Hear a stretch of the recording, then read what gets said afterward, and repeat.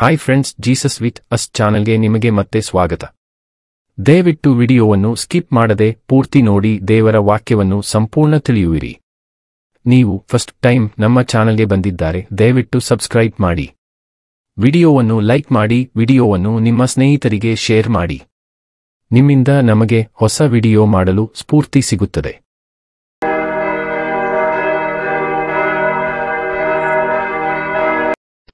ಅರಸುಗಳು ಪ್ರಥಮ ಭಾಗ. ಅಧ್ಯಾಯ 1. ಅರಸನಾದ ಸೊಲೊಮೋನನು. ಅದೋನೀಯನು ಅರಸನಾಗುವುದಕ್ಕೆ ಪ್ರಯತ್ನಿಸಿದಲ್ಲಿ ದಾವೀದನು ಸೊಲೊಮೋನನಿಗೆ ರಾಜ್ಯಾಭಿಷೇಕ ಮಾಡಿಸಿದ್ದು. ಅರಸನಾದ ದಾವೀದನು ದಿನ ತುಂಬಿದ ಮುದುಕನಾಗಿದ್ದನು. ಸೇವಕರು ಎಷ್ಟು ಕಂಬಳಿಗಳನ್ನು ಹೊದಿಸಿದರೂ ಅವನಿಗೆ ಬೆಚ್ಚಗಾಗುತ್ತಿದ್ದಿಲ್ಲ. ಆದದರಿಂದ ಅವನ ಸೇವಕರು ಅವನಿಗೆ, ನಮ್ಮ ಒಡೆಯನಾದ ಅರಸನಿಗೋಸ್ಕರ ಒಬ್ಬ ಕನ್ಯೆಯನ್ನು ಹುಡುಕತಕ್ಕದ್ದು. ಆಕೆಯು ಅರಸನ ಸನ್ನಿಧಿಯಲ್ಲಿದ್ದುಕೊಂಡು ಅವನನ್ನು ಪರಾಂಬರಿಸಬೇಕು.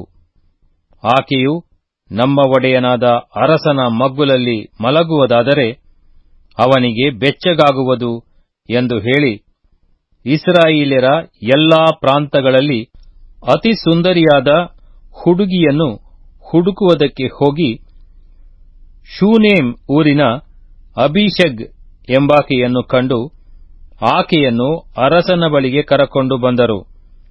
ಬಹು ಸುಂದರಿಯಾದ ಈಕೆಯು ಅರಸನನ್ನು ಪರಾಂಬರಿಸುವ ಸೇವಕಿಯಾದಳು. ಅರಸನು ಈಕೆಯನ್ನು ಸಂಗಮಿಸಲಿಲ್ಲ. ಹಗ್ಗೀತಳ ಮಗನಾದ ಅದೋನೀಯನು ನಾನೇ ಅರಸನಾಗತಕ್ಕವನು ಎಂಬುದಾಗಿ ಉಬ್ಬಿಕೊಂಡು ತನಗೋಸ್ಕರ ರಥಾಶ್ವಗಳನ್ನು ಮುಂದೆ ಓಡುವುದಕ್ಕಾಗಿ 50 ಮಂದಿ ಸಿಪಾಯಿಗಳನ್ನು ಇಟ್ಟುಕೊಂಡನು. ಅವನ ತಂದೆಯು, ನೀನು ಹಾಗೆ ಹೀಗೆ ಮಾಡಿದ್ದೇಕೆ ಎಂದು ಅವನನ್ನು ಒಂದು ಸಾರಿಯಾದರೂ ಗದರಿಸಿದ್ದು ಇರಲಿಲ್ಲ. ಅವನು ಬಹು ಸುಂದರನು. ಅಬ್ಷಾಲೋಮನ ತರುವಾಯ ಅವನೇ ಹಿರಿಯನು. ಅವನು ಚೆರೂಯಳ ಮಗನಾದ ಯೋವಾಬನನ್ನೂ ಯಾಜಕನಾದ ಎಬ್ಯಾತಾರನನ್ನು ತನ್ನ ಕಡೆಗೆ ಒಲಿಸಿಕೊಂಡನು. ಇವರು ಅವನಿಗೆ ಸಹಾಯಕರಾದರು. ಆದರೆ ಯಾಜಕನಾದ ಚಾದೋಕ್, ಯೆಹೋಯಾದಾವನ ಮಗನಾದ ಬೆನಾಯ, ಪ್ರವಾದಿಯಾದ ನಾತಾನ್, ಶಿಮ್ಮಿ, ರೇಗಿ ಎಂಬವರು ದಾವೀದನ ಭಟರು ಅವನ ಪಕ್ಕದಲ್ಲಿ ಇರಲಿಲ್ಲ.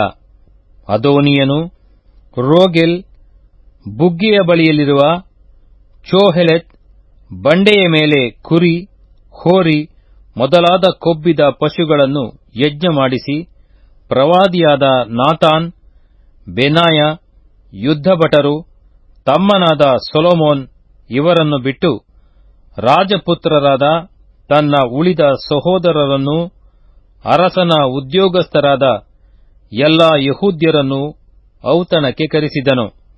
ಆಗ ನಾತಾನನು ಸೊಲೊಮೋನನ ತಾಯಿಯಾದ ಬತ್ಷೆಬೆಗೆ, ಹಗ್ಗೀತಳ ಮಗನಾದ ಅದೋನೀಯನು ನಮ್ಮ ಒಡೆಯನಾದ ದಾವೀದನಿಗೆ ತಿಳಿಯದೆ ಅರಸನಾದನೆಂಬುದನ್ನು ನೀನು ಕೇಳಿದಿಯಲ್ಲವೋ?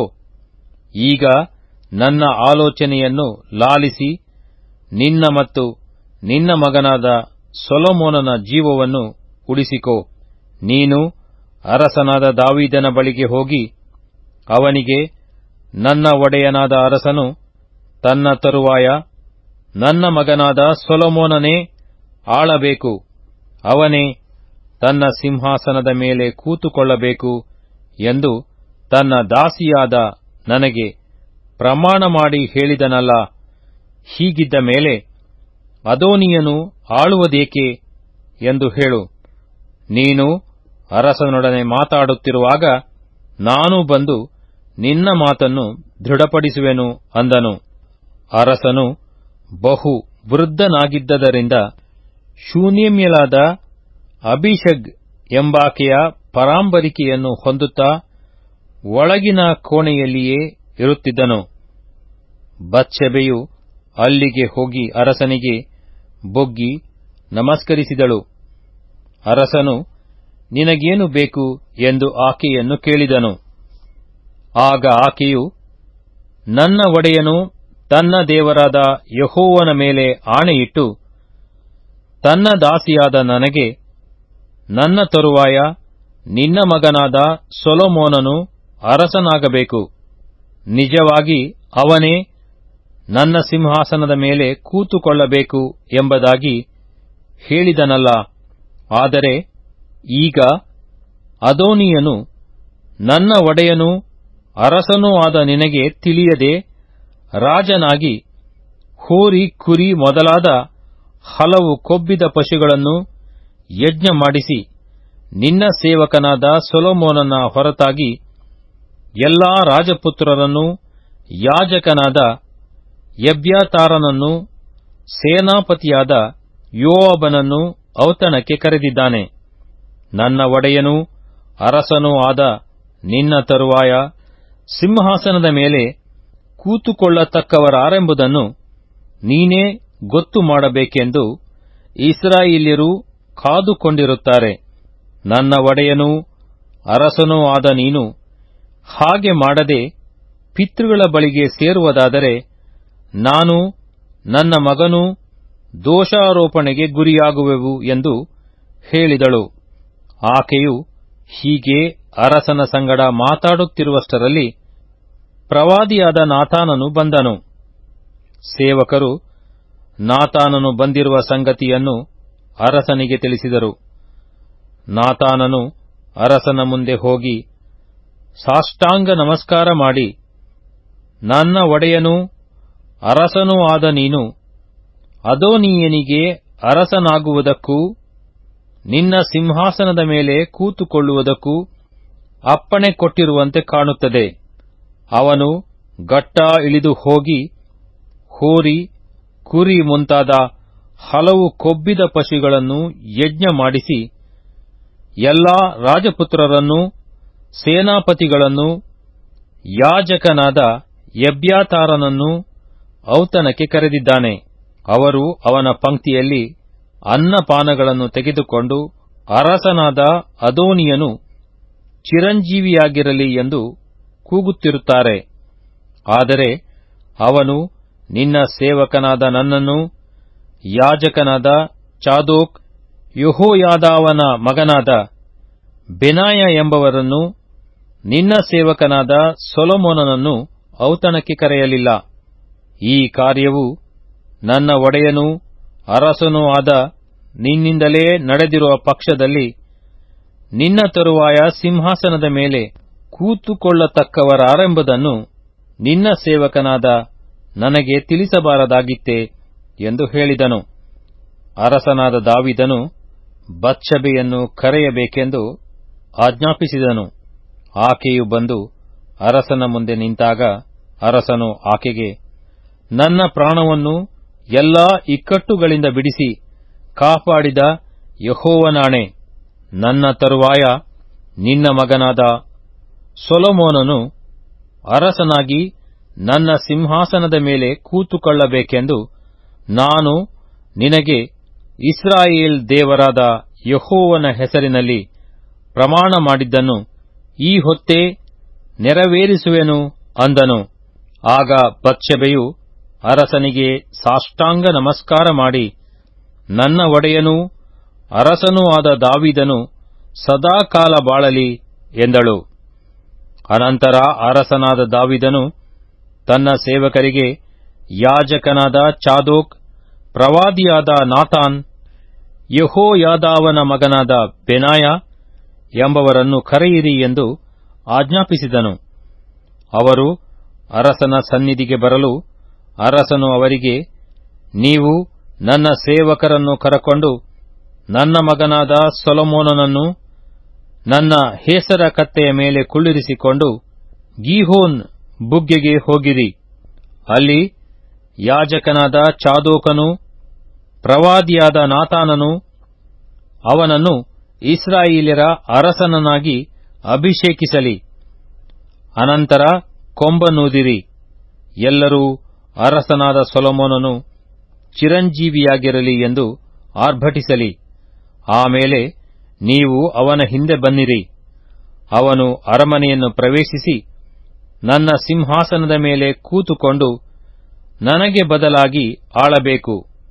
ನಾನು ಇಸ್ರಾಯೇಲ್ಯರ ಮತ್ತು ಯಹೂದ್ಯರ ಮೇಲೆ ಅವನನ್ನೇ ಪ್ರಭುವನ್ನಾಗಿ ನೇಮಿಸಿದ್ದೇನೆ ಅಂದನು. ಯೆಹೋಯಾದಾವನ ಮಗನಾದ ಬೆನಾಯನು ಅರಸನಿಗೆ, ಹಾಗಾಗಲಿ, ನನ್ನ ಒಡೆಯನಾದ ಅರಸನ ದೇವರಾದ ಯೆಹೋವನು ಅದನ್ನು ಸ್ಥಿರಪಡಿಸಲಿ. ಆತನು ನನ್ನ ಒಡೆಯನಾದ ಅರಸನ ಸಂಗಡ ಇದ್ದ ಪ್ರಕಾರ ಸೊಲೊಮೋನನ ಸಂಗಡಲೂ ಇದ್ದು ರಾಜ್ಯವನ್ನು ನನ್ನ ಒಡೆಯನೂ ಅರಸನೂ ಆದ ನಿನ್ನ ಕಾಲದಲ್ಲಿದ್ದದ್ದಕ್ಕಿಂತ ಅಭಿವೃದ್ಧಿ ಮಾಡಲಿ ಎಂದು ನುಡಿದನು. ಆಗ ಯಾಜಕನಾದ ಚಾದೋಕ್, ಪ್ರವಾದಿಯಾದ ನಾತಾನ್, ಯೆಹೋಯಾದಾವನ ಮಗನಾದ ಬೆನಾಯ ಎಂಬವರು ಕೆರೇತ್ಯ, ಪೆಲೇತ್ಯ ಎಂಬ ಕಾವಲು ದಂಡುಗಳನ್ನು ತೆಗೆದುಕೊಂಡು ಸೊಲೊಮೋನನನ್ನು ಅರಸನಾದ ದಾವೀದನ ಹೇಸರ ಕತ್ತೆಯ ಮೇಲೆ ಕುಳ್ಳಿರಿಸಿ ಗೀಹೋನಿಗೆ ಕರಕೊಂಡು ಹೋದರು. ಯಾಜಕನಾದ ಚಾದೋಕನು ದೇವದರ್ಶನದ ಗುಡಾರದಲ್ಲಿರುವ ಎಣ್ಣೆಯ ಕೊಂಬನ್ನು ತೆಗೆದುಕೊಂಡು ಸೊಲೊಮೋನನನ್ನು ಅಭಿಷೇಕಿಸಿದನು. ಕೂಡಲೇ ಕೊಂಬನ್ನೂದಿ ಎಲ್ಲಾ ಜನರು ಅರಸನಾದ ಸೊಲೊಮೋನನು ಚಿರಂಜೀವಿಯಾಗಿರಲಿ ಎಂದು ಆರ್ಭಟಿಸಿದರು. ತರುವಾಯ ಅವರೆಲ್ಲರೂ ಅವನನ್ನು ಹಿಂಬಾಲಿಸಿ ಕೊಳಲೂದುತ್ತಾ ಬಹು ಸಂತೋಷದಿಂದ ಆರ್ಭಟಿಸುತ್ತಾ ತಿರುಗಿ ಬಂದರು. ಅವರ ಕೂಗಿನಿಂದ ಭೂಮಿಯು ಸೀಳಿ ಹೋಗುತ್ತದೋ ಎಂಬಂತೆ ಆಯಿತು. ಅದೋನೀಯನು ಅವನ ಸಂಗಡ ಇದ್ದ ಅತಿಥಿಗಳು ಭೋಜನವನ್ನು ತೀರಿಸುವಷ್ಟರಲ್ಲೇ ಅವರಿಗೆ ಈ ಕೂಗು ಕೇಳಿಸಿತು. ಯೋವಾಬನು ಕೊಂಬಿನ ಧ್ವನಿಯನ್ನು ಕೇಳಿದಾಗ ಪಟ್ಟಣದಲ್ಲಿ ಇಂಥ ಗದ್ದಲವೇಕೆ ಎಂದು ವಿಚಾರಿಸುವಾಗಲೇ ಯಾಜಕನಾದ ಎಬ್ಯಾತಾರನ ಮಗ ಯೋನಾತಾನನು ಅಲ್ಲಿಗೆ ಬಂದನು. ಅದೋನೀಯನು ಅವನಿಗೆ, ಬಾ, ನೀನು ಯೋಗ್ಯ ಪುರುಷನೂ ಶುಭವರ್ತಮಾನ ತರುವವನೂ ಆಗಿರುತ್ತೀ ಅಂದನು. ಯೋನಾತಾನನು ಅವನಿಗೆ, ಶುಭವಾರ್ತೆಯಲ್ಲಿ ನಮ್ಮೊಡೆಯನೂ ಅರಸನೂ ಆದ ದಾವೀದನು ಸೊಲೊಮೋನನನ್ನು ಅರಸನನ್ನಾಗಿ ಮಾಡಿದ್ದಾನೆ. ಅರಸನು ಯಾಜಕನಾದ ಚಾದೋಕ್, ಪ್ರವಾದಿಯಾದ ನಾತಾನ್, ಯೆಹೋಯಾದಾವನ ಮಗನಾದ ಬೆನಾಯ ಎಂಬವರನ್ನು ಕೆರೇತ್ಯ, ಪೆಲೇತ್ಯರನ್ನು ಅವನ ಜೊತೆಯಲ್ಲಿ ಕಳುಹಿಸಿದ್ದಾನೆ. ಅವರು ಅವನನ್ನು ಅರಸನ ಹೇಸರ ಕತ್ತೆಯ ಮೇಲೆ ಕುಳ್ಳಿರಿಸಿದ್ದಾರೆ. ಯಾಜಕನಾದ ಚಾದೋಕನು, ಪ್ರವಾದಿಯಾದ ನಾತಾನನು ಗೀಹೋನಿನ ಬಳಿಯಲ್ಲಿ ಅವನಿಗೆ ರಾಜ್ಯಾಭಿಷೇಕ ಮಾಡಿದರು. ಅಲ್ಲಿಂದ ಅವರು ಮಹಾ ಸಂತೋಷದಿಂದ ಆರ್ಭಟಿಸುತ್ತಾ ಪಟ್ಟಣಕ್ಕೆ ಬಂದಿದ್ದಾರೆ. ಇದರಿಂದಲೇ ಪಟ್ಟಣದಲ್ಲಿ ಗದ್ದಲ ಉಂಟಾಗಿದೆ. ನೀವು ಕೇಳಿದ ಆರ್ಭಟವು ಇದೇ. ಇದಲ್ಲದೆ ಸೊಲೊಮೋನನು ರಾಜಸಿಂಹಾಸನದ ಮೇಲೆ ಕೂತುಕೊಂಡಿದ್ದಾನೆ. ಅರಸನಾದ ದಾವೀದನ ಸೇವಕರು ನಮ್ಮ ಒಡೆಯನೂ ಅರಸನೂ ಆದ ದಾವೀದನ ಮುಂದೆ ಬಂದು, ನಿನ್ನ ದೇವರು ನಿನ್ನ ಹೆಸರಿಗಿಂತಲೂ ಸೊಲೊಮೋನನ ಹೆಸರನ್ನು ಪ್ರಸಿದ್ಧಿಗೆ ತರಲಿ. ರಾಜ್ಯವನ್ನು ನಿನ್ನ ಕಾಲದಲ್ಲಿದ್ದದ್ದಕ್ಕಿಂತ ಅವನ ಕಾಲದಲ್ಲಿ ಹೆಚ್ಚು ಬಲಪಡಿಸಲಿ ಎಂದು ಅವನನ್ನು ಹರಸಿದ್ದಾರೆ. ಅರಸನು ತನ್ನ ಹಾಸಿಗೆಯ ಮೇಲೆ ಬಿದ್ದುಕೊಂಡು, ನಾನು ಕಣ್ಣಾರೆ ಕಾಣುವಂತೆ ಇಂದು ನನ್ನ ಸಿಂಹಾಸನಕ್ಕೆ ಒಬ್ಬ ಉತ್ತರಾಧಿಕಾರಿಯನ್ನು ದಯಪಾಲಿಸಿದ ಇಸ್ರಾಯೇಲ್ ದೇವರಾದ ಯೆಹೋವನಿಗೆ ಸ್ತೋತ್ರವಾಗಲಿ ಎಂದು ಹೇಳಿದ್ದಾನೆ ಅಂದನು. ಆಗ ಅದೋನೀಯನಿಂದ ಔತಣಕ್ಕೆ ಕರೆಯಲ್ಪಟ್ಟವರೆಲ್ಲರೂ ಭಯಪಟ್ಟು ತಮ್ಮ ತಮ್ಮ ಮನೆಗಳಿಗೆ ಹೊರಟು ಹೋದರು. ಅದೋನೀಯನು ಸೊಲೊಮೋನನಿಗೆ ಹೆದರಿ ಹೊರಟು ಹೋಗಿ ಯಜ್ಞವೇದಿಯ ಕೊಂಬುಗಳನ್ನು ಹಿಡಿದನು. ದೂತರು ಬಂದು ಸೊಲೊಮೋನನಿಗೆ, ಅದೋನೀಯನು ನಿನಗೆ ಹೆದರಿ ಯಜ್ಞವೇದಿಯ ಕೊಂಬುಗಳನ್ನು ಹಿಡಿದು, ಅರಸನಾದ ಸೊಲೊಮೋನನು ನನ್ನನ್ನು ಕತ್ತಿಯಿಂದ ಸಂಹರಿಸುವುದಿಲ್ಲವೆಂಬುದಾಗಿ ಈ ಹೊತ್ತು ನನಗೆ ಪ್ರಮಾಣ ಮಾಡಬೇಕೆಂದು ಬೇಡಿಕೊಳ್ಳುತ್ತಾನೆ ಎಂಬುದನ್ನು ತಿಳಿಸಿದಾಗ, ಅವನು ಅದೋನಿಯನು ಸತ್ಪುರುಷನಾಗಿ ನಡೆಯುವುದಾದರೆ ಅವನ ಕೂದಲುಗಳಲ್ಲಿ ಒಂದನ್ನೂ ನೆಲಕ್ಕೆ ಬೀಳಗೊಡುವುದಿಲ್ಲ. ಅವನಲ್ಲಿ ಕೆಟ್ಟತನವು ಕಂಡುಬರುವುದಾದರೆ ಅವನು ಸಾಯುವನು ಎಂದು ಹೇಳಿ ಆಳುಗಳನ್ನು ಕಳುಹಿಸಿದನು.